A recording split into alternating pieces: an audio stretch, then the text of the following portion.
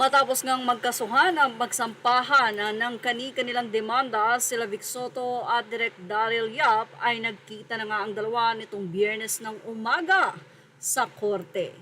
Yes, nagkaharap na nga sila Vic Soto at Daryl Yap sa noong January 17 sa Muntinlupa Regional Trial Court, Branch 205, si Vic at si Direk Daryl.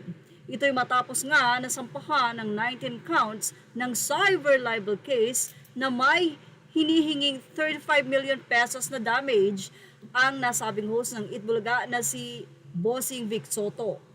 Well, controversial nga kasi ang nasabing trailer ni Direk Daryl Yap na The Rapist of Pepsi Paloma movie na ipapalabas sa susunod na buwan, February. Yes, kahit na nga nagharap pa ay tuloy na tuloy pa rin ang nasabing pagpapalabas ng pelikulang ito.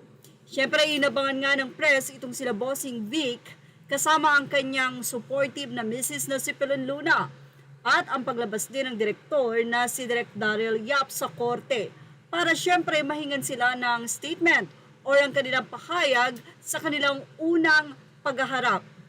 Magkahiwalay or separate na lumabas ang dalawa kasama ang kani-kanilang abogado. Nang si Bossing Vic na nga ang makamusta ng press, ang tanging naisagot nito sa mga press ay hindi ako pwedeng magsalita dahil na rin yan sa gag order ng korte na hiniling ng company Yap.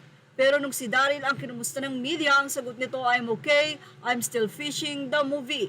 So hindi pa pala tapos ang shooting ng controversial film at ang sabi pa nga ni Direk Daryl nung matanong ng press kung itutuloy pa ba ang paggawa nito, dapat.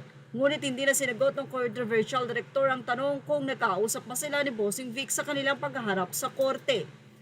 Samantala, may ilan naman na mga napansin ang mga netizen kay Direk Daryl Yap sa kumalat na video clip nito paglabas ng Muntinlupa. Narito ang naging say ng mga netizen. Feeling sikat si D, may bodyguard pa. Mukhang nagpatahi pa ng OOTD si D. Hahaha. Hindi ka naman pinipigilan, yak na gawin yan, pero bakit parang nawala ang angas mo? Di ba arogante ka? O well, nag-umpisa pa nga lang daw ang kaso at mukhang mahaba-haba pa nga ang tatakbuhin ito at hindi na sinabi kung kailan ang second day ng paghaharap ng kanilang hearing.